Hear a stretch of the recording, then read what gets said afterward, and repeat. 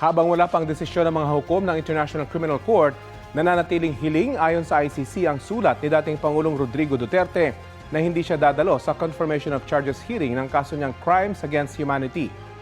Balitang hatid ni Marisol Abduraman. Nakasalalay sa mga hukom ng International Criminal Court ang pagpapasya sa hiling ni dating Pangulong Rodrigo Duterte.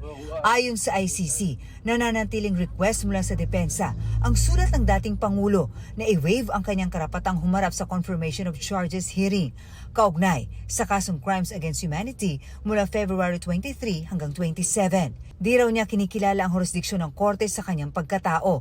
Tinawag niyang kidnapping ang pagpadala sa kanya sa The Hague na anya pinangasiwaan ni Pangulong Bongbong Marcos.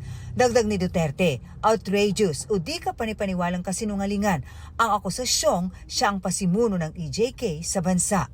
Ayaw rin niyang dumalo sa legal proceedings na makakalimutan niya sa loob lang ng ilang minuto. Matanda, pagod at mahina na raw siya. Pirmado ng dating Pangulong sulat na may petsang February 17. Para kay ML Party List Representative Leila de Lima, ang mga deklarasyong ito ni Duterte ay patunay na maayos ang pag-iisip niya. Propaganda at legal strategy umano ni Duterte ang di pagdalo.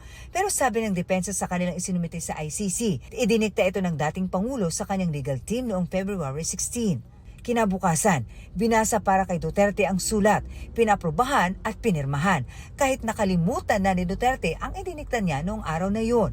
Ang Malacanang, iginiit na naayon sa batas ang pagpapadala sa The Hague ni Duterte.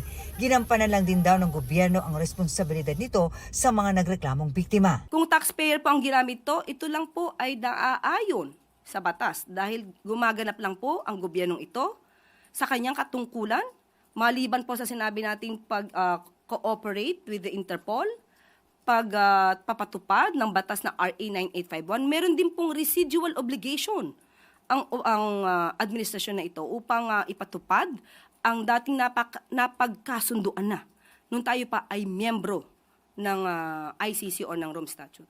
Sa Lunes, February 23, nakatakdang unang araw ng pagdinig sa confirmation of charges sa dating Pangulo sa ICC sa The Hague, Netherlands.